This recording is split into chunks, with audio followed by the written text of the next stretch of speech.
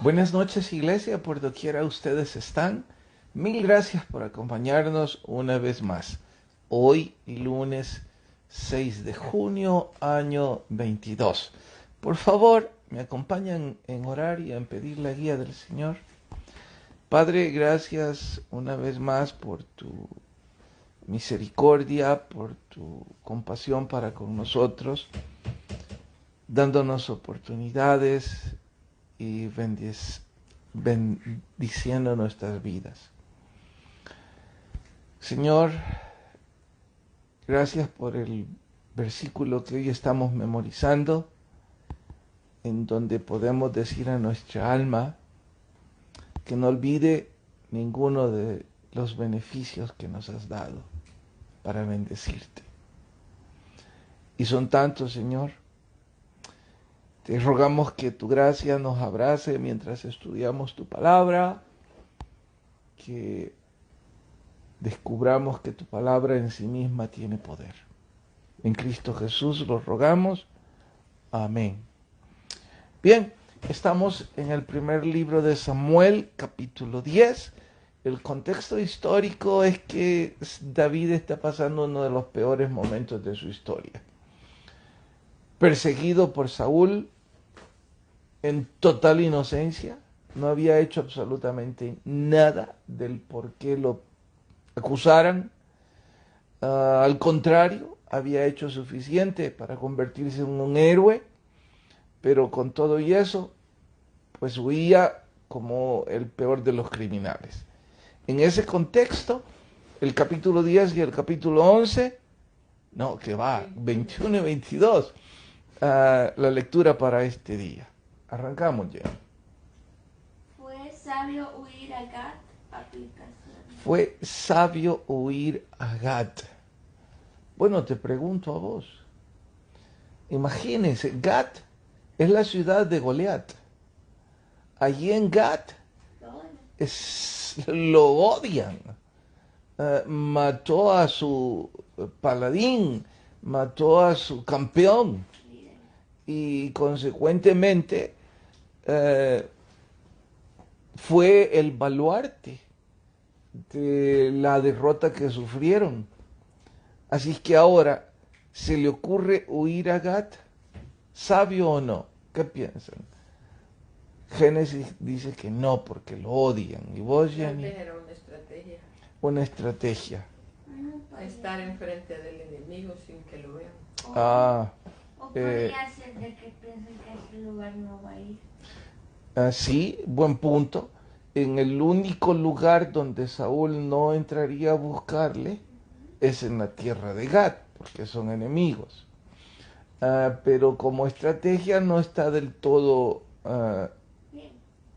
no es una locura, porque olvido cuál es la frase exacta de uno de los pensadores, donde la mejor forma de esconder algo es enfrente de los ojos del que lo está buscando.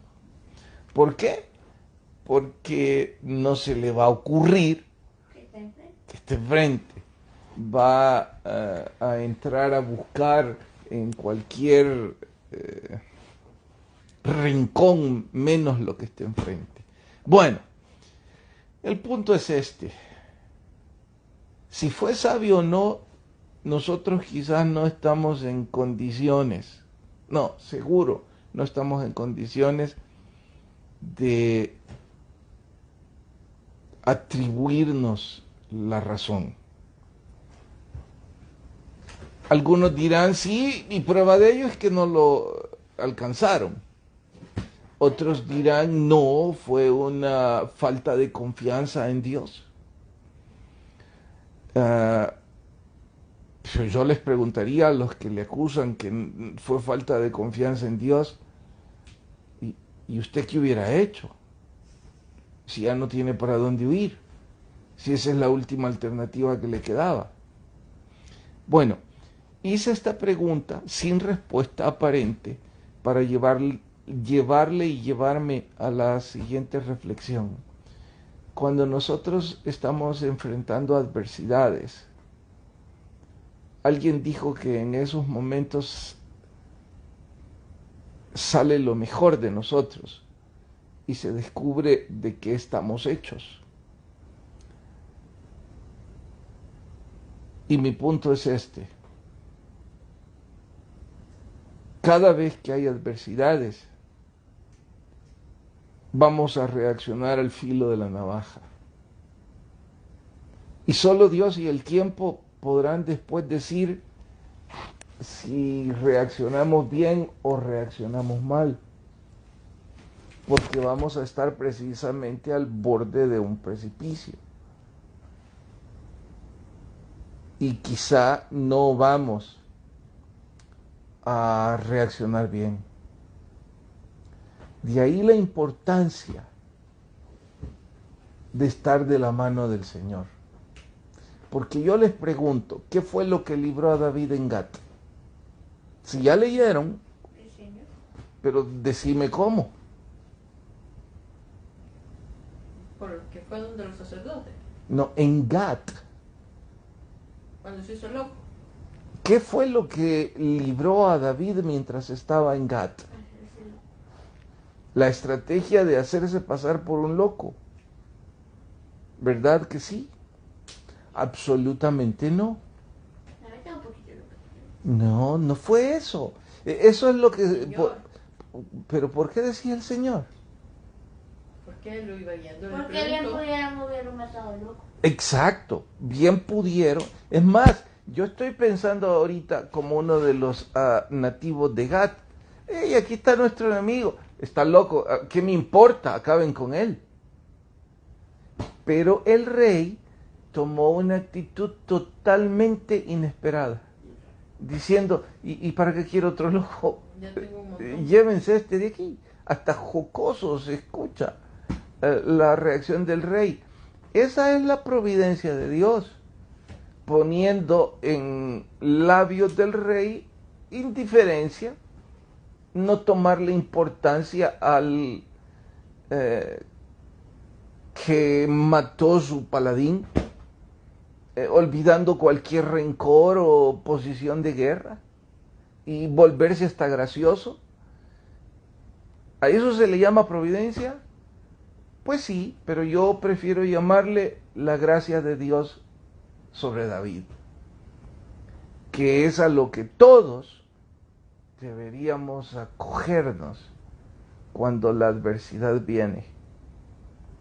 Me refiero a decir y a cobijarme esperando que Dios obre, más que en mi arrogancia o altanería creer que mi habilidad me va a sacar bien librado. Mejor decir, lo que necesito es un milagro. Entre tanto, intentar hacer algo. Saltar la barda, hacerme pasar por loco o hacerme pasar por cuerdo, alguna estrategia de ventas, mejorar la publicidad, lo que quiera. Pero lo que le valió a David fue la gracia de Dios en su vida. Por eso, en medio de esas circunstancias adversas, asegurémonos de haber pedido perdón al Señor por nuestras faltas, de habernos arrepentido de nuestros pecados. 2, de pedir su gracia. Y 3, esperar en Él. Bien. Hermano David Velázquez, dice un dicho: a tus amigos tenlos cerca y a tus enemigos aún más.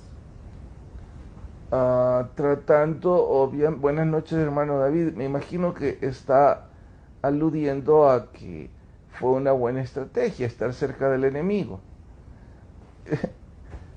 En este caso, estar cerca del enemigo no era ninguna ventaja. Se odiaban a muerte. Estaban en guerra.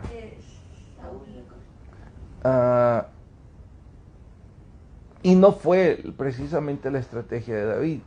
David simple y sencillamente se le ocurrió ahí no me van a buscar, porque no pueden entrar a Gat. Y para que no me maten en Gat me voy a hacer pasar por loco. Pero loco fue que se hiciera pasar por loco. O sea, eso pudo haber sido la razón de que lo mataran. O sea, no fue eso lo que lo libró, sino Dios, obviamente. Bien, sigamos pues. ¿Quiénes se juntaron a David en la cueva y qué aprendemos de ellos? Dice, Los familiares, pues, en primer lugar, la familia. los amigos. No, no fueron los amigos. No, en segundo lugar, fueron los afligidos en el gobierno de Saúl, los perseguidos igual que él, los prófugos, y en tercero, los amargados de espíritu. Es decir, ¿saben en resumen quiénes se unieron a David en la cueva de Adulán? Los que no sabían qué hacer. No, lo peor de lo peor. Exceptuando la familia, los que siguen a esa reunión era la peor calaña. Dice Jean Edwards en el libro El perfil de 3 monarcas que se unieron a David los que disfrutan haciendo revueltas donde sea, que si los dejan entrar al cielo, también montan una revuelta en el cielo, dice. Estoy haciendo énfasis a esto porque esos fueron los que más tarde se convirtieron en los valientes de David, es decir, en la fuerza élite más poderosa que el ejército hebreo ha conocido en toda la historia. Y no solo fueron los más valientes, sino que también se convirtieron en los ministros del gobierno de David, la gente más importante de ese reino. Y eran de la peor calaña, endeudados de espíritu y de sus bolsillos. ¿Y por qué yo he hecho énfasis a esto? Bueno, porque el punto es, a ver si me recuerdo quién dice esto. Creo que es Chuck Swindoll, en su libro de la biografía de David. Dice que después de estar en esa cueva, el cambio sucedió porque ellos se encontraron con el Dios de David. Ellos conocieron al Dios de David en medio de esa cueva. Y fue ese Dios el que transformó lo arruinado en el metal más precioso del reino. Ellos no eran igual que David. Esto es importante señalarlo. Un predicador sin cuidado puede decir que se toparon criminales, ahí era de tal palo tal astilla, todo mundo. David un criminal y otros criminales uniéndose al criminal. No es cierto. En ese entonces David era un hombre conforme al corazón de Dios. David era un hombre inocente. David era un hombre amoroso. David era un héroe en ese momento. Entonces estos no eran como David. Y entonces, ¿por qué lo hicieron su líder? Porque tenían en común que estaban huyendo. Miren esto, es un poco filosófico, pero traten de entenderlo. ¿Creen ustedes que un montón de delincuentes van a convertir en su líder a un hombre que lo que hace es cantar salmos? No, ¿verdad? Allí sucedió otro milagro. Estos convirtieron a David, lo eligieron su líder, porque conocieron al Dios de David, no a David. Ellos querían el que el director de la revuelta. Ellos querían al líder del sindicato. Ellos querían a alguien que los guiara en una rebelión. Pero lejos de David mostrar rencor u odio hacia Saúl, les mostraba amor. No nos equivoquen. El hecho de que David fuera un salmista no significa que tenían frente a ellos a un pusilánime, a un debilucho cobarde que no sabía cómo tomar una espada. No, estaba un hombre de muchas agallas, mucho coraje, pero a la vez amante de Dios y respetuoso de las leyes de Dios, al punto que ya más adelante, yo no sé si va a ser una noche en la que puedo compartirlo, el Señor pone a Saúl a tiro de lanza de David para ejecutarlo, y David se niega. David dice: no, Dios me libre de tocar al ungido de Jehová. Uno de estos, de los que estoy hablando, que se convirtieron, le confrontó, le dijo: que estás loco, Dios te lo ha puesto a tiro de lanza y no vas a hacer venganza. Eso era lo que ellos querían, un líder así. Pero en contraste encuentran a un hombre conforme al corazón de Dios. Eso hizo que ellos también fueran transformados. Bueno, ¿y a qué todo esto con nosotros? Que debemos mostrar nuestros valores, mantenernos aún en medio de la dificultad y la adversidad conforme a la palabra de Dios. Por difícil que sea, ¿no? Porque fue difícil para David. O tal vez no. Ese era su corazón. ¿Sí, Jenny? Bien. Que pase a la otra. No puedo. Es que ya son las 9:20. O sea, la otra pregunta, la tercera. Pero quería compartir esto Yo compartí otro día. Dale pues. ¿Por qué tuvo que pagar a Ahimelech los errores de David y Saúl? Yo no creo que Ahimelech pagó el error de David y de Saúl. Porque fue un error de David también ir a pedir ayuda a Ahimelech. Pero yo no creo que fue error de ellos dos. Yo creo que Dios también ese era el momento para Ahimelech. ¿Que por qué? No sé. No está escrito.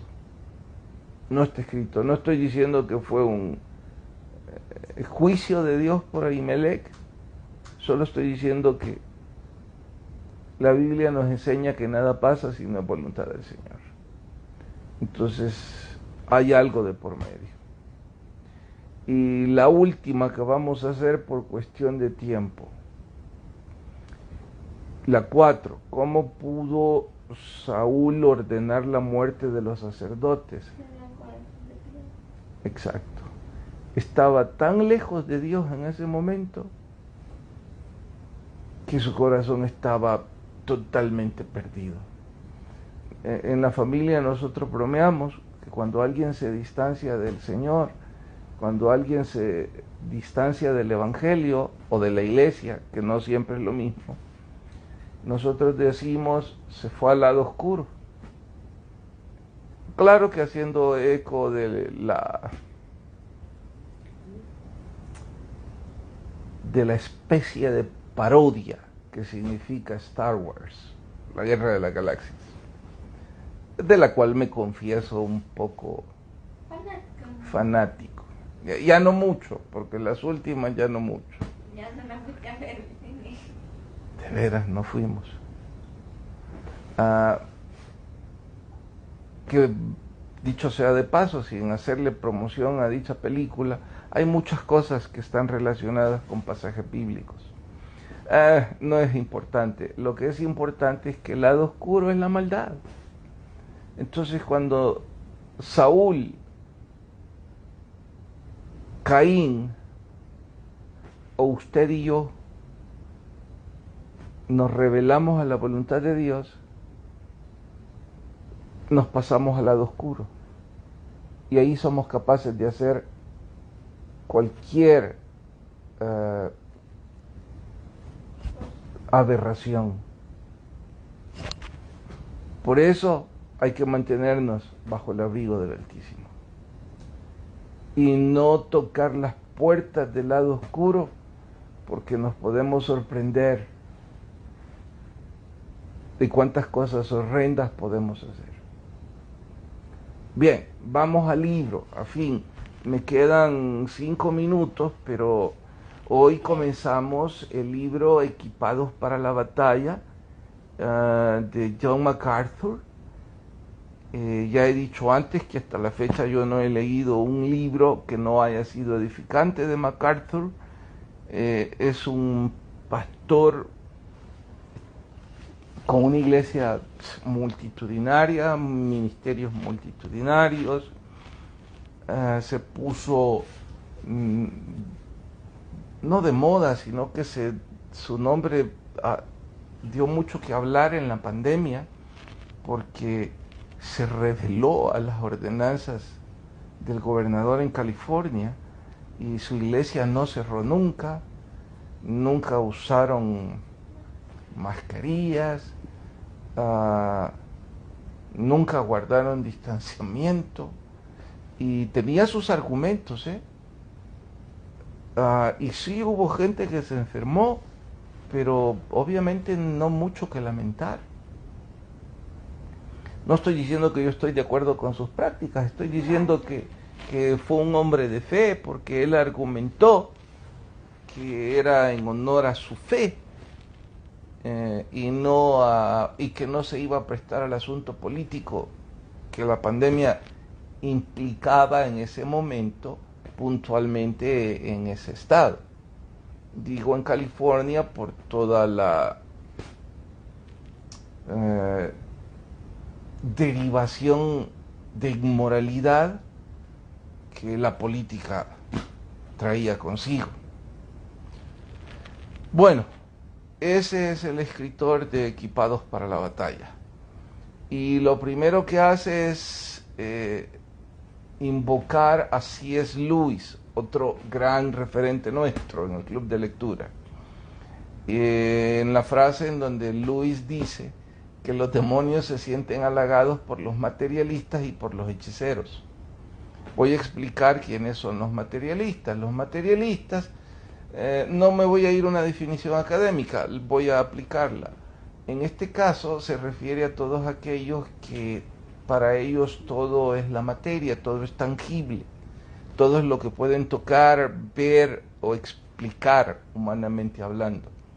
Eso les cierra o les ciega a creer o ver el mundo espiritual. Lo niegan, no lo creen. Consecuentemente no creen en los demonios. ¿Quiénes son los hechiceros? En este caso es el extremo opuesto. Los que creen y los invocan. Los que creen en el mundo espiritual y lo adoran. Lo interesante es que Luis dice que los demonios se sienten halagados con estos dos extremos. Los que no creen y los que creen demasiado. ¿Por qué se siente elogiado? Porque en realidad ambos terminan, exacto, no dando su fe al Señor, y ambos terminan rindiéndose al mundo de los demonios. ¿Por qué? Porque los materialistas, al no tener fe, se vuelven casi unos demonios, y los otros invocan demonios. Así es que esa es la razón de el argumento con el que empieza el libro MacArthur. Y pregunta por dos razones para el materialismo entre los cristianos. dice que la indiferencia y la mundanalidad. Indiferencia son todos aquellos que ven la necesidad, pero no están preocupados por involucrarse y ayudar a los más necesitados.